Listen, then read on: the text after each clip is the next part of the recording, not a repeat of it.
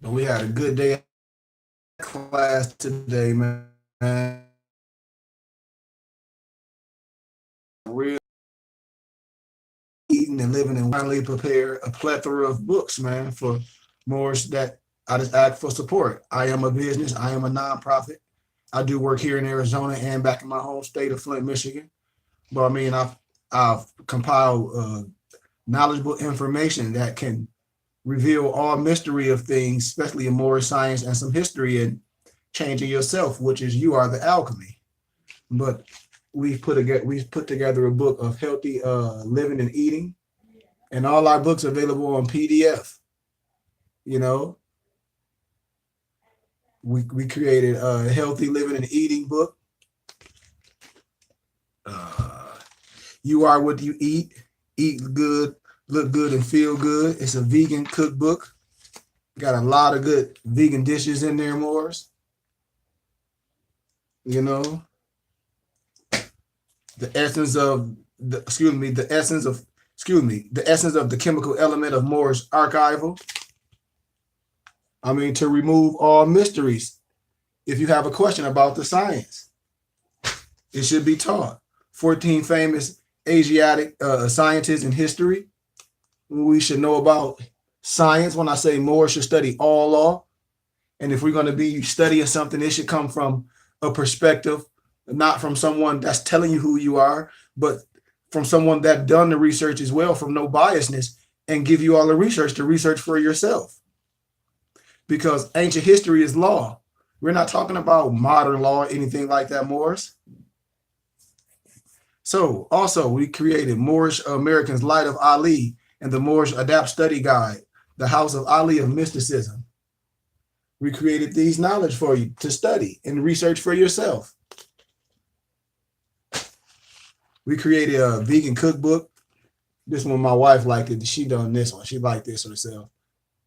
The vegan cookbook. We wrote about so-called, well, I like to use the word, and remember, words have duality, and you must understand the context of words when they're being used. So when I use the word black, we must understand the context and the duality and the perspective that is being used.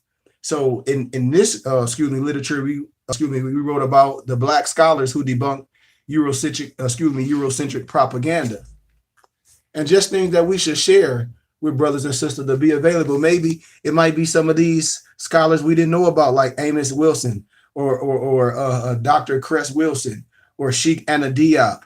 You know what I mean? Or the brother Derek Stoller, Gerald Massey, you know, George G. James, the miseducation of the Negro, all these scholars. Sufism and the triple role of the adapt chamber, featuring the Comedic and Adapt manual and use of a carpenter tools. This is for my high scientists and my 99th rank. And even for my brothers and sisters that's in the low level masonry of 2 and 33 degrees. This is not a lecture, I'm going there, but you understand what I'm saying. You understand the science and research everything. The interpretation of the divine creed of Moorish Islam. And remember, when we're talking about this, we're talking about no religion. When we say Islam, we're talking about the manifestation of yourself. When we say I, self, law, and master. When we say Allah, that's arm, leg, arm, head. When we talk about Islamism and Sufism. So it's things that we should really understand. And if we don't understand, we should never throw accusations. If we don't know, we should ask. Because we're talking about American Islam, what Noble Drew Ali brought to the so-called black man, to the so-called Negro, to the so-called colored man, not Al-Islam. And if you don't, I mean, you can research the history. A lot of figures was hidden in history. And a lot of figures was given to you. Just per se, like Clarence X of the 5 percenters. So it's certain things that we should research on our own. Nothing is hidden, Morris. So you can get the research the book Islam for Dummies, and it'll give you all that of the perspective of what American Islam is all about. But also the interpretation of the divine creed of Moorish Islam.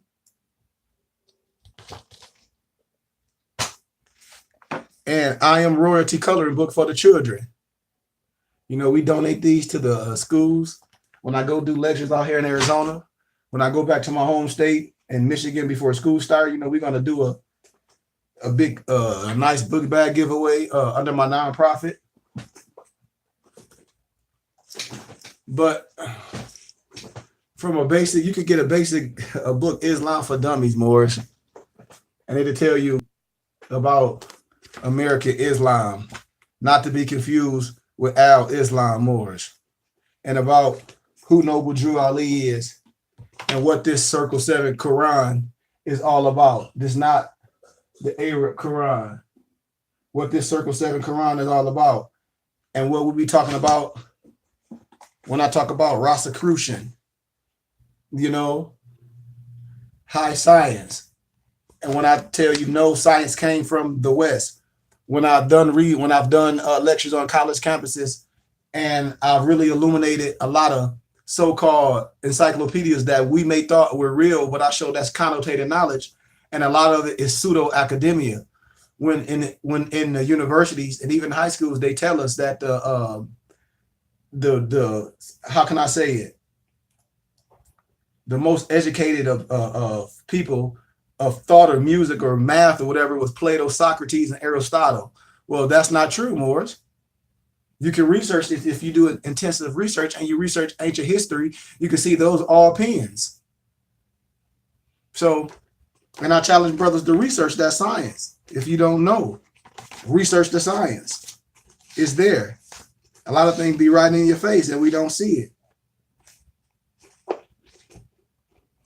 That's when we talk about high science. When I talk about the Battle of Bunker Hill, when I show you how things were whitewashed, when I show you how Prince Whipple and all those brothers and sisters was in those things in history. When I show you the Battle of 1776 of Bunker Hill, and I show you how Prince Whipple and all them brothers was in there. And when people don't understand true history, I don't care about your religion, because I'm a Moor and I know I'm a Moor and I'm spiritual and I understand all so-called religious of trains of thought. That's the triple road of the adapt chamber, Moors. So there's no question over spirituality.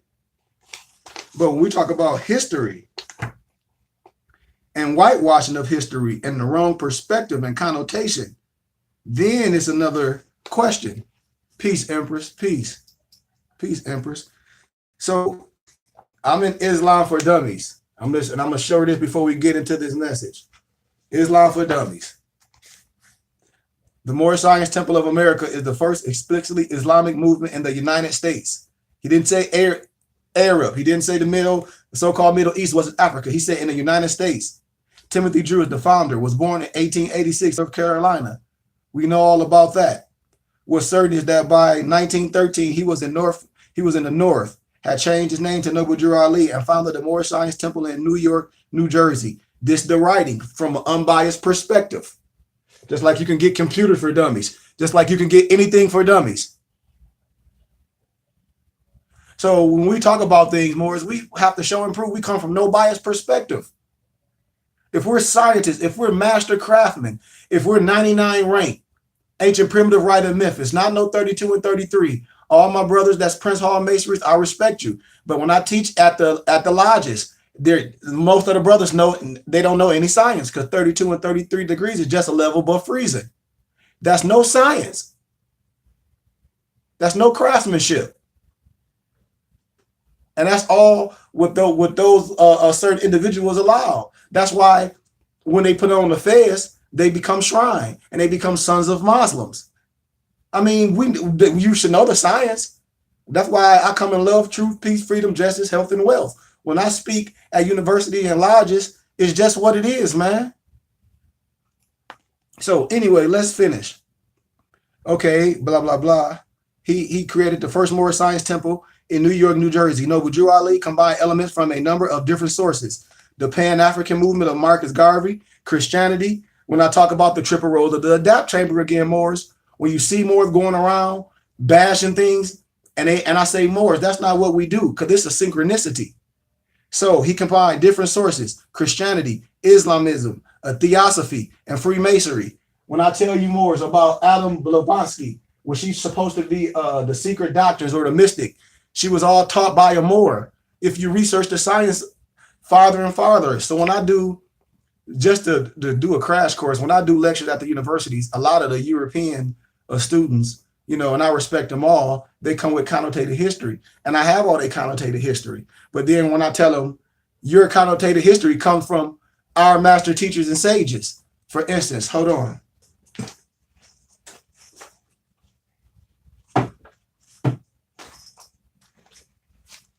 Like if you research Blavatsky, this is what a brother was, one of the, students at the university was talking about. I said, yes, I understand that. I have all the science, but she was taught by a bae. If you research the science, if you read it all and don't read one line and get caught up, you have to go with ancient history, modern history, just like modern writing is gibberish. If you don't understand linguistics, you'll get caught up. So no science comes from the West. It all comes from the East. And if you research it deeper, she was taught by a bae. And so that's a little homework for brothers and sisters to do some research, because we're going to do history. So let's finish. Okay. He also combined numbers from, I said, the Pan-African movement of Garvey, Christianity, Islam, Theosophy, and Freemasonry. Islamic elements of Noble Ali claimed that he was the last prophet of the Allah, and his Holy Quran, Circle 7, composed in 1972. Ali's 64-page Holy Quran bore little resemblance to the Islamic Quran. It contains significant elements from the Bible, Apocrypha, Jesus' Gospels, and the Rosicrucian, a form of Freemasonry. I'm telling you, Moors, you got, brother, if we're going to teach, we should teach. And teach all the crafts. It's a science. This is about mastering yourself. And once you master yourself, you know how to operate. This ain't about nothing else. Come on, Moors. Come on, man. This is a craft. In a material from the Quran, Ali taught that African Americans were Asiatics who could trace their ancestry back to Morocco and beyond that to Jesus. And we're going to replace J because that's Greek still. We're going to put there's never a J in the Hebrew dialect. So remember, on our paperwork, we're from the tribe of David, lineage of Judah. So we're making that connection. Where brothers be still putting misnomers, calling themselves Hebrew Israelites. No disrespect to nobody. But if you deal with deeper and deeper science, for one nationality with many cultures. So we're not here to debate who's right and who's wrong. So it is what it is. So where were we at? Okay, but Ali taught that African Americans were Asiatics who could trace their ancestry back to Morocco and that of Jesus, which is Yahshua. African Americans should abandon their slave identity and religion and reclaim their heritage. Blah, blah, blah. The movement appealed to poor blacks who made up the first great migration from the South to the urban North from 1950 to 1930. By the late 1920s, there were 30,000 Moorish Americans in most major cities of the Midwest and Northeast. In 1929, Ali was arrested in connection with the killing of a rival. Released from jail, he died the same year under mysterious circumstances, but the movement continued to grow. Only in the 1950s did the Nation of Islam surpass its membership. Although small, the Moorish Science Temple is still active today. And when I teach about the temples, when I show my brothers that's say they're studying Islam, and I show the documents, and I say, man, your supreme blessings that your prophet Afar Muhammad taught, it's more science, and it's more science. I mean, it's all the supreme lessons, and I hope Moors know that, So let's get into this science, because we're going to do a little history lesson. Get your pens, get your pens, get your pens. I feel great today.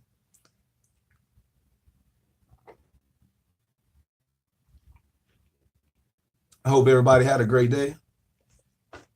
Before we jump into this, let's just get our things out the way before we jump into it. I hereby inform all members that we must end all racial agitating speeches while at work or in the streets. We are for peace and not destruction. We should stop flashing cards at Europeans. It causes confusion. Remember, our card is for our salvation, and failure to obey these orders will be of severe consequences. We are for love, truth, peace, freedom, justice, my 2 cents, health, and wealth. And when these principles are violated, justice must then take its course, Moors. any member who or group of members who hold malicious feelings towards the temple or the prophet. Remember, that's esoterically and exoterically Moors. Or violate the divine covenant of the Moorish Science Temple. You have to know what the divine covenant is, because this is a holy and divine. You cannot have the nationality without the spiritual. You see?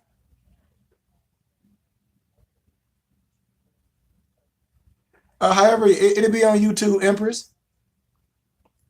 Actually, it's on now. But if they lose confidence in the prophet, we should turn in our fez and buds and seize word in our turban and fez and return to the state where I found us. This is a holy and divine movement. This is a holy and divine movement, Moors. Holy and divine, founded by Prophet Noble Drew Ali. And if the prophet is not right, the temple is not right. That's esoterically and exoterically. If the prophet is not right, which is yourself, your temple is not right. Come on. So the prophet is sending out divine pleas to all Moorish Americans that we do our best in protecting the temple. Come on. If we see some things that's not going right in certain places, we should put it out there, just like we put anything else out there. So if we're even seeing somebody portraying something and putting an image out that's not noble, we should put it out there. We should never put accusations on anyone, on a temple, on nothing. We should be saying the same thing, and we should be asking the question, doing major research. If brother want to be nationalized, I give all the information.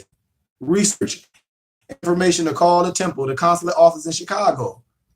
I'm a teacher. Yes, I'm a Moor, but I'm a teacher. So I have a title. My nationality is Moorish. I'm a Moor. My religion is Islamism, but I also have a school and I also have a business and I'm also a contractor. So that's what I want Moors to understand.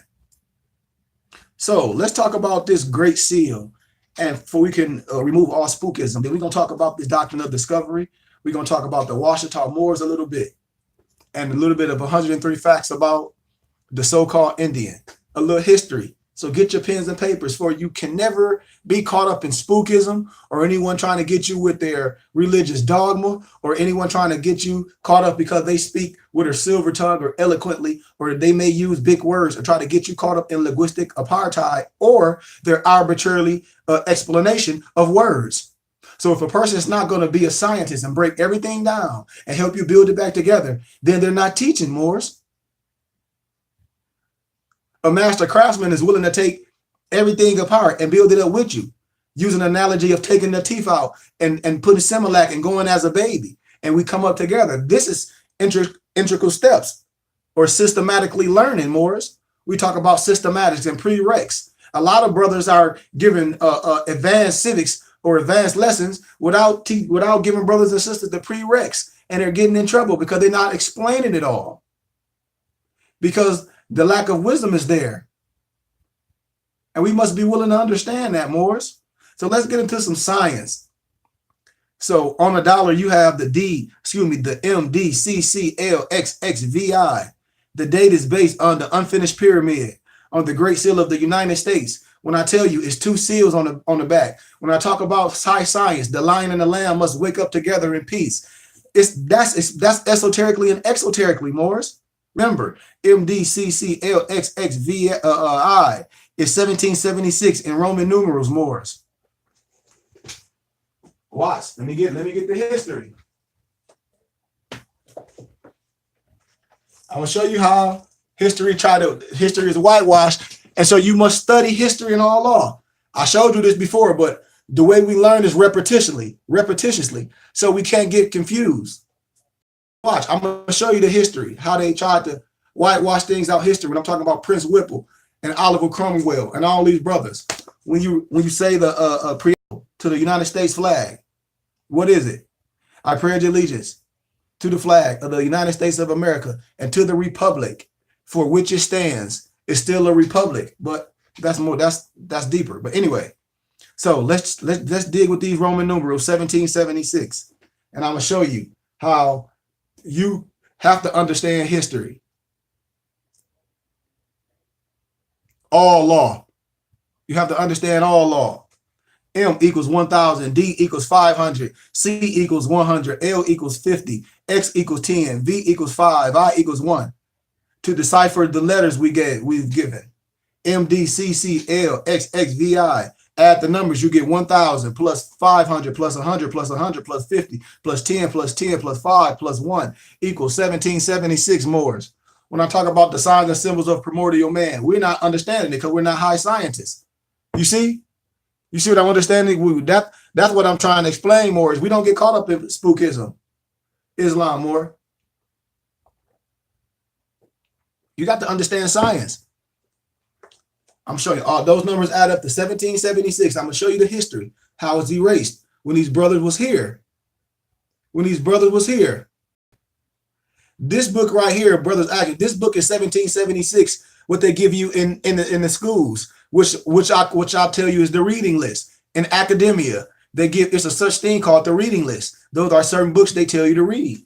Just like a lot of people don't know, Mark Twain was a political poet. I have all Mark Twain books. Mark Twain wrote about King Leopold in the Congo, cutting all the hands off the African hands for the rubber and other raw goods. Moors, you got to research the science when Belgium killed the African king. I forget his name, Mumundu, I forget his name. And they tell you they killed him. You got to research the science, man. It's deeper than what you think. So this is the books they give you in the school, 1776. And I'm going to show you the pictures in there. In the Battle of Bunker Hill, how you don't see none of the Moors in there. And I'm going to show you the real history. And they're right in there. They whitewashed out. Prince Whipple, Oliver Cromwell, all this. We'll show you. So, as we were saying, the number on the dollar bill, the MDCCLXXVI. I told you those numbers add up to 1776. How I said the M equals 1,000, the D 500, the C 100, L 50, X 10, V 5, I is 1. That's how you get that decipher. So this date was suggested by the first General Seal Committee of 1776, who placed it in Roman numerals below their design. We got to connect the dots, Moors. Watch. For the first seal, Charles Thomas put the date on the reverse side. The Great Seal official description says, on the base pyramid are the numerical numbers, which I gave in letters, and underneath the following motto, Novus Ordo Sacrum. Thomas explained the symbolism. Here we go again, symbolism. When I tell Moors, symbolism, if you don't, it's all signs and symbols. What's above have to match below. You must be willing to do all the work. You can't do a part of it. The date underneath it is the Declaration of the Independence, and the words under it signify the beginning of a new America, a new era, which commences from that date, or a new treaty. Come on, man. I hope we know this science. The founder seriously considered 1776 the beginning of a new era. It's clear in official papers. For example, the document on which the Great Seal appeared, September 16, 1782, concludes as follows. Listen, Moors. In testimony whereof we have caused these our letters to be made patent, and the Great Seal of the United States of America to be under affixed. Witness His Excellency John Hanson. Who? John Hanson, President of the United States in Congress, assembled with the 16th day of September in the year of our Lord, 1782. Listen to this. And of our sovereignty and independence, the 7th. Come on, Moors. I hope y'all know when I be telling people, when we try to explain what's misnomers and what's American, and when we get caught up in the color of law, when we get caught up in white, it's just how can I say, a status, and you getting a citizen in a wrong perspective, and you don't understand how some individuals are sovereigns, and that's how you don't understand you American. Autotoxin is words in the dictionaries that tell you who you are. Autotoxin, American in the 1828. Where my 1828 Webster Dictionary is right down here. I mean, it's things that you must research. It's things right in your face, Moors. Autotoxin. Look what an autotoxin is. And then what American is. A native of America originally applied to the Aboriginals. The Aboriginals is the same thing as an autotoxin, Moors. Or the copper color races found here by the Europeans, but now applied to the descendants of Europeans born in America. And you talking about some tribe, one nationality, many cultures, Moors. It's history. So I'm gonna show you the picture of Bunker Hill. We're gonna get into this science. You see in the books they give you in school. the Battle of Bunker Hill, and all that. You don't see no brothers depicted in the picture. I'm gonna show you. This is what you can get this from school. This is how it's connotated. But you must study, because a lot of things are reversed. Now watch.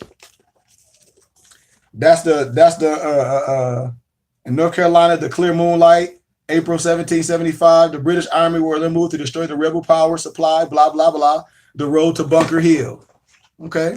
Now watch this. And I ain't gonna go all in the book because it's so much. If you go on my page, I lectured on it already. I'm gonna show you the brothers. Look, nowhere in the history books in school is the pictures. I'm gonna read it to you. You ready? Let's dig. African American history, but we know is Moorish history, is ancient history. So much of it is truly unknown today. For example, few know of James Amistad, a black patriot and a spy who helped make possible the 1781 Yorktown victory during the American Revolution that established America as an independent nation, or Peter Salmon, a black patriot who was a hero of the 1775 Battle of Bunker Hill. Who? Peter Salmon, a black patriot who was a hero of the 1775 Battle of Bunker Hill. He also fought as one of the legendary Minutemen and was a soldier at the Battle of Saratoga and Stony Point. So we're talking about history, Morris. We're talking about history and understanding certain things and how things are set up. So you can't be bamboozled with nobody's spookism or religious dogma when it comes down to history and law. In fact, a monument was erected in his memory in Massachusetts to commemorate his life and deeds. And in a famous picture of the 1776 crossing of Delaware on Christmas night, here we go, two men depicted at front of the boat included Prince Whipple and Oliver Cromwell, two black patriots, but we know they was Moors, two black patriots who served with George Washington and other American generals during a revolution. I mean, you can research the science for yourself, Moors. When I tell you the battle of the history of the reign of Ferdinand and Isabella, I mean, that was one of the major wars in the world, man. Few Americans are aware that many of the soldiers who fought during the American Revolution were Moors. They say black, but Moors. And unlike the later segregated regiment in the Civil War, many of the units in the American Revolution were fully integrated, with black but Moor patriots fighting and dying side by side with their so-called white fellow comrades and soldiers. While this part of history is unknown today, Americans knew this information in previous generations because of black historians. But I'm saying Moorish historians, such as William Neal and myself. I teach history. I tell brothers and sisters, yes, I'm a Moor, but I study all law and I'm a master craftsman, and I'm not going to come from no biased perspective. But William Neal was an award-winning young scholar in Boston during the 1830s who studied law and became the first black but Moorish American to hold a post in the federal government. In 1852, he authored Services of Colored Americans in the Wars of 1776 and 1812. And 3 years later, he penned The Colored Patriots of the American Revolution. So the stuff is there, Moors. And when, like I said, when I did my dissertation, when I got my master's in so-called Christian leadership, I'm talking the same way. Because the first thing I told him is I'm not Greek, I'm not Latin, but I study all the languages, and I study linguistics, and I'm gonna tell you what this means esoterically and exoterically. Because more should know the crafts. It is what it is. But despite such extensive works, many of our early black heroes and patriots are unknown today. So we're gonna stop right there. Oh, I'll tell you something about one of my brothers on here was like, man, please talk about the part about the hair. All right, I'll talk about that. And when I talk about analogies and how they use things for symbology, and how when I say everything is a reason, it's a reason why everything is done. And we shouldn't just be doing things just because. Let me see if I can find it. I don't want to be long because I want to get to what we're talking about. It's about the hair, suffrage, and it's about taking the power of vote. And it's using the analogy of Samson. Oh, here we go. I think I told you about this earlier, and I'm gonna show you the picture. This stuff Moors was in the newspapers. If you can't get any of these literature, I'll get all the books for you. I can get them. I ask for a little donation, but you can get them a little cheaper, but I'll ship them right to you for a small donation. Now watch. And I'm going to read this to you. This stuff was in their newspapers. We talk about the analogy of Samson. So I'm going to give you a little highlight of that. All these pictures within their newspapers. Period. So Southern redemption was the effort of Southern Democrats. Who? Democrats.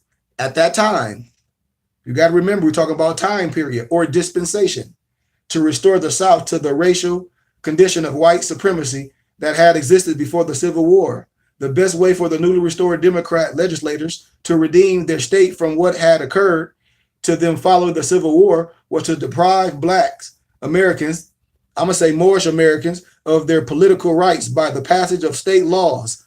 Here we get, I'm talking about state laws when you talk about something is illegal. That's what we get ready to talk about. State laws that restricted, removed, or even blatantly violated their civil rights. When I tell Moorish, that's the thing, you're fighting over civil rights. That's not a such thing. Civil rights, human rights. So you fighting over civil rights, it's a done deal. As well as through the prompt repeal of state reconstruction laws that have suppressed Klan violence. Representative John Roy Lynch, who not only had helped pass the original federal civil rights law, but had also witnessed their subsequently violation at the state level throughout the period of the Southern redemption. So, here go a bigger picture. I'm going to tell you what that's all about.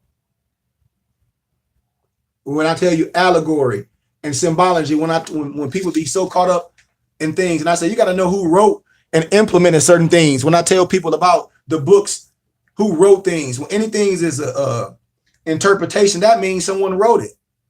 When I talk about the Novus Testamentum and all the books that so-called Catholics and Greeks use, you got to just know history to compile these things. But let's talk about this suffrage.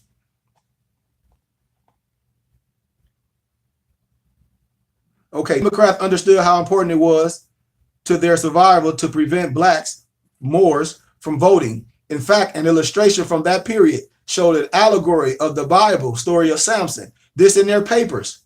The story of Samson, who lost his strength when his hair was cut. In that illustration, the woman named Southern Democracy has used her razor. Southern Democracy is the European lady with the scissors. That's Southern Democracy. Come on. I hope we're going. Now, let's go. Let me see. Where we at?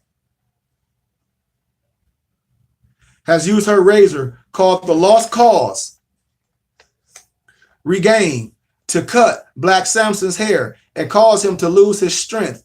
And what is his hair? His strength? Question. It is called suffrage or voting. With that strength or that vote of Moors, but they say black, remove various democratic groups and leaders were rejoicing in the background. Confederates, the KKK, pro-slavery forces, and several famous democratic leaders of that day, including General Nathan Bedford Forrest, the first Grand Wizard of the Klan. By the way, notice the phrase, the Democratic barbecue, and the Democrats are burning various books in the foreground, including the Bible. So you got to research all this science. It's there. It's there.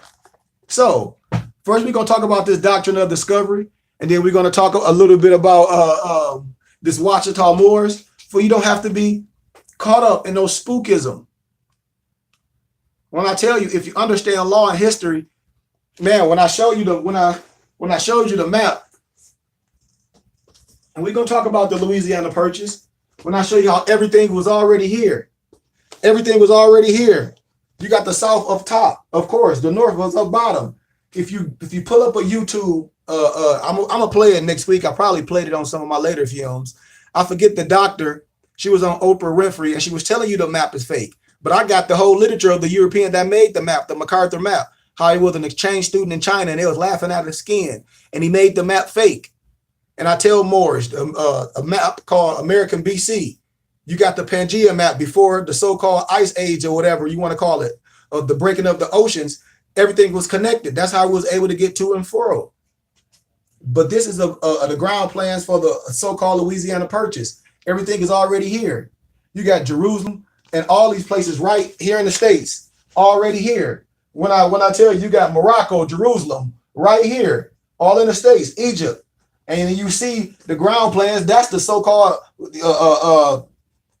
the the president's house, or Washington, D.C., the so-called White House. Everything is right here in the States, Moors. A lot of things are in the museums. I mean, the stuff is right here in the States. Jerusalem, Morocco. When I say slavery in Egypt or slavery in Illinois, Illinois was Egypt. I'm telling you, Moors. And you talk about some Louisiana Purchase. That's not the real history. And it's there. So things can be promulgated, but it's for you to research. So let's dig. So we're going to talk about the doctrine of discovery.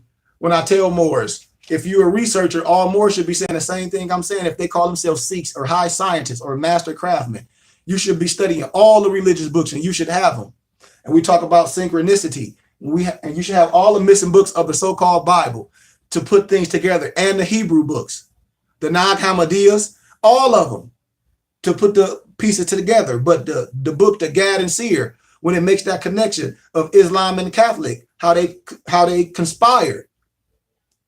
So it's just what it is. And you got, if you understand time period and geography and dispensation, during that time when Muhammad walked the earth, he was under the Byzantine Empire. He married Khadijah, which was a high Roman Catholic. Her cousin Waragor was a high Roman priestess. So it's just things that we should know. No Wajali did not teach al-Islam. If you study the more Quran, even the other Quran, a prophet comes in a voice of the people. He don't come in any confusion. And when more science is Sufism and Islamism, we don't go out to pray to no one if we're God. That's for the servant to go out to pray. So you got to connect the dots.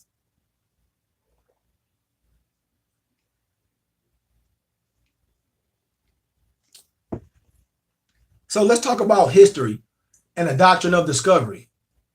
And some history, I want you to get your pens. So when Christopher Columbus first set foot on these so-called white sands of Guinea Islands, he performed a ceremony to take possession of the land for the king and queen of Spain, acting under their international laws of Western Christendom. Research the science. Although the story of Columbus' discovery has taken on a mythology proportion of the most Western world, which I tell Moors, his act of possession was based on a religious doctrine known as in the history as the doctrine of discovery. Even fewer people realize today that 5 centuries later, Moors, the United States government still uses the archaic Judeo-Christian doctrine to deny the rights of Native Americans. Or when I call them, that's a misnomer, Aboriginals. And even when you get into etymology, the root of words, Indi, that's still man of color and human. So we're going to break it all the way down. But the origin of the doctrine of discovery is to understand the connection between Christendom, the principle of discovery, and the law of the United States. We need to begin by examining a papal. Write this stuff down so you can't get confused. That's why it's when I say, are you obeying your foremothers and your forefathers? When a person will come and throw something on you, and they'll use it as a whip. So let's finish. So let's dig. But as a papal document issued 40 years before Columbus' historic voyage in 1452, Pope Nicholas V issued to King Alfonso V of Portugal the bull Romanus Pontifex, declaring war against all non-Christians throughout the world, and specifically sanctioning and promoting the conquest, the colonization, and the exploitation of non-Christian nations of their territories. Research the history, Moors.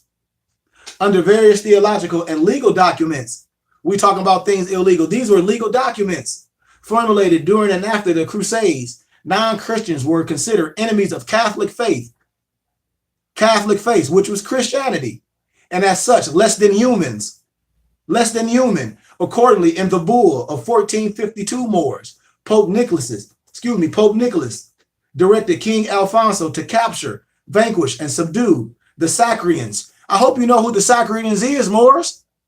We not connected. We listen to the wrong people. Research it. And then when somebody telling you pagans, Moors, man, when I show you some history, man, when things are getting connotated, rewritten to you, when you seeing certain called individuals in the biblical scriptures going to somewhere and they talk about converting people to Christianity, they were going to strip the people of who they were. I'm telling you, man. So you have, this is history, not connotated religious history with modern history, which is gibberish. So let's get back into it. The so-called pagans and other enemies of the state of Christ, because us as indigenous people, we pray to all the gods, right? And so here it is, some Europeans coming to discover something, and they're going to call you a pagan. But we pray to all the gods, Buddha, Confucius, Yahshua, right? Muhammad, right? Buddha, all the law of all the prophets, to put them in perpetual slavery and to take all their possessions and property. Acting on the papal privilege, Portugal continued to traffic in African slaves, and expanded its royal dominions by making discoveries along western coast of Africa or Maxima, claiming those lands as Portuguese territory. You see what I'm saying? When you talk about the Spanish acquisition, when you're not even knowing real history.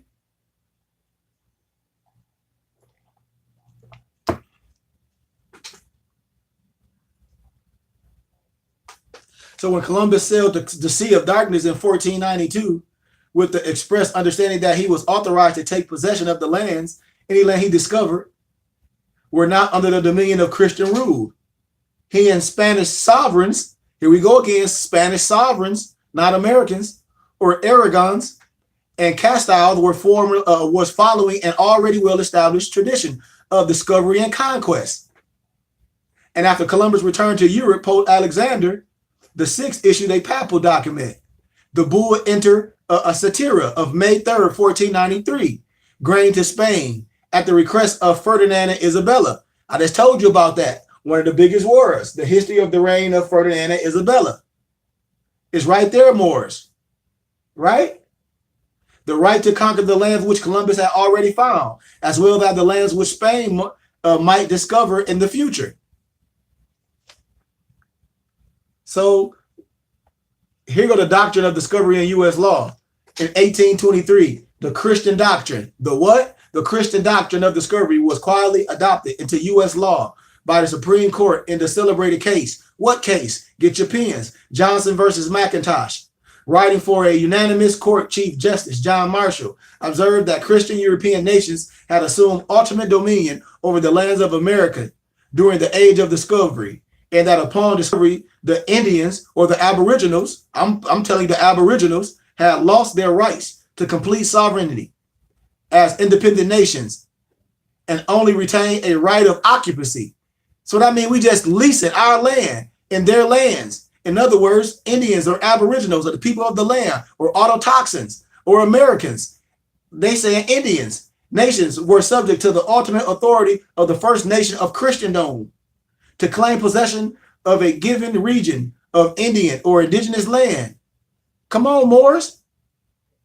According to Marshall, the United States, upon winning its independence in 1776, there we go. That's why the importance of understanding your nationality and being a Moor, became a successor nation to the right of discovery and acquired the power dominion for Great Britain. Of course, when Marshall first defined the principle of discovery, he used language phrased in such a way that it drew attention away from his religious bias. Come on, Moors. In other words, Moors, I'm jumping down. The court affirmed that the United States law was based on a fundamental rule of laws of nation. You know, the laws of nations. You see that? That it was permissible to virtually ignore the most basic rights of indigenous, and they called them heathens, as to claim that the unoccupied lands of America rightfully belong to discovering Christian European nations. It's not me, it's history. So we got to remove the veil of religious dogma. But of course, it's important to understand that, as Benjamin Moon Ziegler said, oh, I'm reading from the Doctrine of Discovery, one of my lesson plans, you know, from one of my books in class. I'm getting my PhD in Indigenous People Law and Policy, but I'm just reading some of my dissertation that I'm putting together. But I'm coming from Indigenous People Law and Policy. But yeah, the international law of John Marshall, the term unoccupied lands referred to the land in America which when discovered were occupied by the Indians, but unoccupied by Christians. I'm telling you, Moors, this is stuff that's here in the history books. And so I'm going to illuminate it. But the same year Johnson versus McIntosh decision was handed down, founding father by our founding father, James Madison. He wrote, religion is not the purview of human government. Religion is essentially distant from civil government and exempt from its cognates. A connection between them is injurious to both. Most of us have been brought up to believe that the United States Constitution was designed to keep church and state apart. Here I go, Morris. I'm telling you. Unfortunately, with the Johnson decision, the Christian doctrine of discovery was not only written into U.S. law, but also became the cornerstone of U.S. Indian policy over the next century. Come on, Morris. From doctrine of discovery to domestic dependent nations. Dependent nations.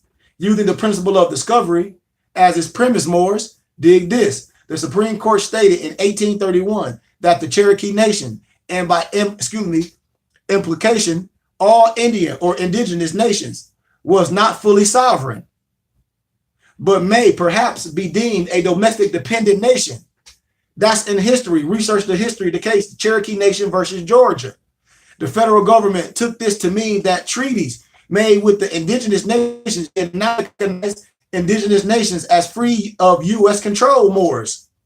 According to the U.S. government, Indian nations were domestic dependent nations, subject to the federal government absolute legislative authority, and is still today known in law as a plenary power. Research what plenary power is, Moors. But the ancient doctrine, which is law of Christendom discovery and its subjugation of heathen Indians, were extended by the federal government into a mythical doctrine that the U.S. Constitution allows for governmental authority over Indian or indigenous nations and their lands. Come on, Morris, it's there. It's there. So it is what it is. Research that so we can get into history. And so we're going to dig a little bit into this. And then we might, you know how on Instagram it go off. And so we're going to dig into the last part, excuse me, Morris, of the 103 facts, the 103 amazing facts about the Black Indian of the Western Hemisphere. And like when, Morris posts books about things. And so we're going to open it up and share it with Morris. So like I said, I'm a teacher. I'm not here just to say something real fast. I use the analogy of General Hospital with other stories. We grew up on this in my life. So let's dig a little bit about the Ouachita Moors, how I showed you the map, how everything was already here, the so-called Louisiana Purchase, how everything was already here in the States, Egypt, Jerusalem, everything, how all that was illegal. So we're gonna talk a bit about this doctrine of discovery. And then we're going to jump into the 103 facts about the Indian. But the Amur Ouachita Dadahungmi Moors were originally a group of priests from Egypt, also known as the Dogons, the Omish, the Mayans. But the term Ouachita is a corrupt of Arashta, the father and mother of the mystics. In Egypt, Arashta is Arashet, the winged sun disk, which symbolized the highest knowledge, the pineal gland being open. Follow the science. That's right, Empress. That's right. And that's all I tell brothers and sisters, man. If we're willing to learn, I'm here to teach. I have all of the wisdom. There's no reason we should be saying something different. Everything that I speak of, you can research it. So I don't care about feelings. But thanks, Emperor, for being here. But anyway, yeah. In Egypt, Arashta is Urashet, Urrashet, the winged sun disk, which symbolized the highest knowledge, the pineal gland being open. Amaru is actually a corrupt of Amaru. AMU, RRU is actually a corruption of Amaru, AMARU Moors, which is the root of America or America. America is actually a corruption of Amin Raka or Amin -Ra -K. Amin Raka It's strange how everything comes from Egypt. When you research in the history, when they say black as the gypsy, black as the gypsy, black as the Egyptian, and other biblical books that a lot of them research the history of Anisette and Joseph. When you connect the dots, it's all a connection, it's all a synchronicity. And when we're talking about high science, then we're talking about higher degrees. But where Egypt was once the capital of the world, the Pharaoh gave the ancient Moabites or the Moors permission to settle in Morocco, which is now North Africa or North Amexima.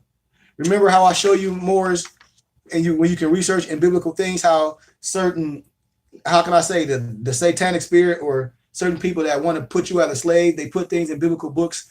And I forget the scripture, I think it's Deuteronomy, where it's like the Canaanite and the Amorite will never enter the kingdom of God. I'm paraphrasing, but I have to find the scripture. So you have to start digging and digging and digging and understanding why things are hidden, or not hidden, but just not shared. But the Moabites migrated to modern day America and called her Al-Morok, which is another root word for America. The last of the Al-Moroccan government fell in 1956 Moors with the abolishment of the consular courts, when black people accepted civil rights over their natural rights as natural persons. Right, Moors? Let me say that again. The last of the Al-Moroccan government fell in 1956 with the abolishment of the consular courts, when black people accepted civil rights over their natural rights as natural persons. Right? I hope we understand that, Morris. So we don't get we just got to do things right. And if we're not going to tell all history, then that's a problem. I'm not here to get nobody caught up in no religious dogma or my perspective. I'm a teacher, and all my lectures is with students. When I do business lectures, it doesn't be Moors there. It be all different nationalities and students, and they take the science about non-for-profit and doing things in your community, and understand about getting contract license, and understand how to restructure your neighborhood. And you can have charter communities. In my neighborhood, Flint, Michigan, the houses are tore down, the properties are $50 and $60. So it's things that we can do. We got to understand business. We got to understand that we are a business and understand that's the right to travel. What? To do commerce as what? Merchants, contractors, salesmen, seafarermen. But we getting it twisted because you let somebody get you with advanced civics and they're not telling you all of the truth. So let's finish. But the last of the Al-Moroccan government fell in 1956 with the abolishment of the consular courts, when black people, Negro colored, accepted civil rights over their natural rights as natural persons. I'll give you a definition of the consular court: a tribunal covenant by public officials who reside in a foreign country to protect the interests of their country for the settlement of civil cases based upon situations that happen in a foreign nation, and which is held pursuant to authority granted by the treaty. The 1787 Morocco Treaty of Peace and Friendship was that treaty. A consular court exercised criminal jurisdiction in some instances, but its determinations are reviewable by the courts of the home government. The last of the U.S. consular courts of Morocco was abolished in 1956. The 1787 Morocco Treaty of Peace and Friendship was a means to try to stop all of the fighting over land. Come on, Moors, we got to tell the truth. So the Moors brought the Europeans to the table to form a peaceful two-system government. We talk about that seal on the back of the dollar. That's ours. One for the Moors and one for the Europeans. Evidence of the two-system government can be found on the back of the dollar bill. I'm just giving you a crash course. Notice the two seals. You see one of a pyramid with an eye above it, which was the Moor seal, and the other seal is that of holding a eagle, holding 13 arrows, which is the European seal. We also use the analogy of the lion and the lamb waking up together in harmony. That's esoterically and exo. I hope we understand the science. Another example of the two-system government is the consular courts, which was the Moors court system, which we just talking about was abolished Moors. The last one was abolished in 1956, according to the definition that I just gave you. And the consular courts was granted the authority by the treaty. That is the 1787 Morocco Treaty of Peace and Friendship. The Europeans had and still do have their court systems, but it's just their system now. Understand the science. So Empress Verdi, Tierra, Washington, Turner, Gostin, El Bay wrote in her book. I hope you get the science. If you don't have it, I have it all. The Return of the Ancient Ones. That 85% of the blacks over here in America were already here before the slave trade. I mean, and it's just, and I know the truth hurts and surgery hurts, but sometimes it's necessary. And we're going to go over this too. We're going to go over all this history, and I want you to research it. But what I said, okay, we're already over here before the so-called slave trade. Only 15% of blacks come from Africa. We all come from Africa, but it's suppressed history of blacks being a global people. Pangea proved that. Remember I talk about Pangea and American BC? But Pangea proved that all of the continents were connected. So migration to and from Africa or Akibalan or Mexico, or wherever the hell you want to call it, and other places was simple and easy. Also see the Ra expedition. The Ra expedition, if you don't know what that is, I can give you the research. The Ra expeditions proved that the ancient Egyptian sunboats were capable of global travel Moors. Additionally, temples have been built and named after Egyptian gods, and hieroglyphs have been found in the Grand Canyon, right where I'm at in Arizona. Researched it. All this stuff been found years ago. So-called Egyptian monuments, Pharaoh choke, gold monuments, all in the Grand Canyons. Here, right in the Americas. Research it, man. It's there. You have to go. I'm telling you, it's all there.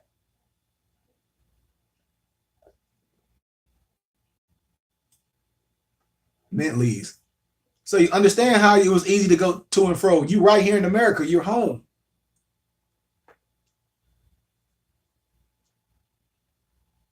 In Oklahoma in 1800s, a fleet of pharaohs, Akhenaten, Amenhotep, aka Moses of the Bible, was found. See the ice, the ultimate disaster by Richard Noon.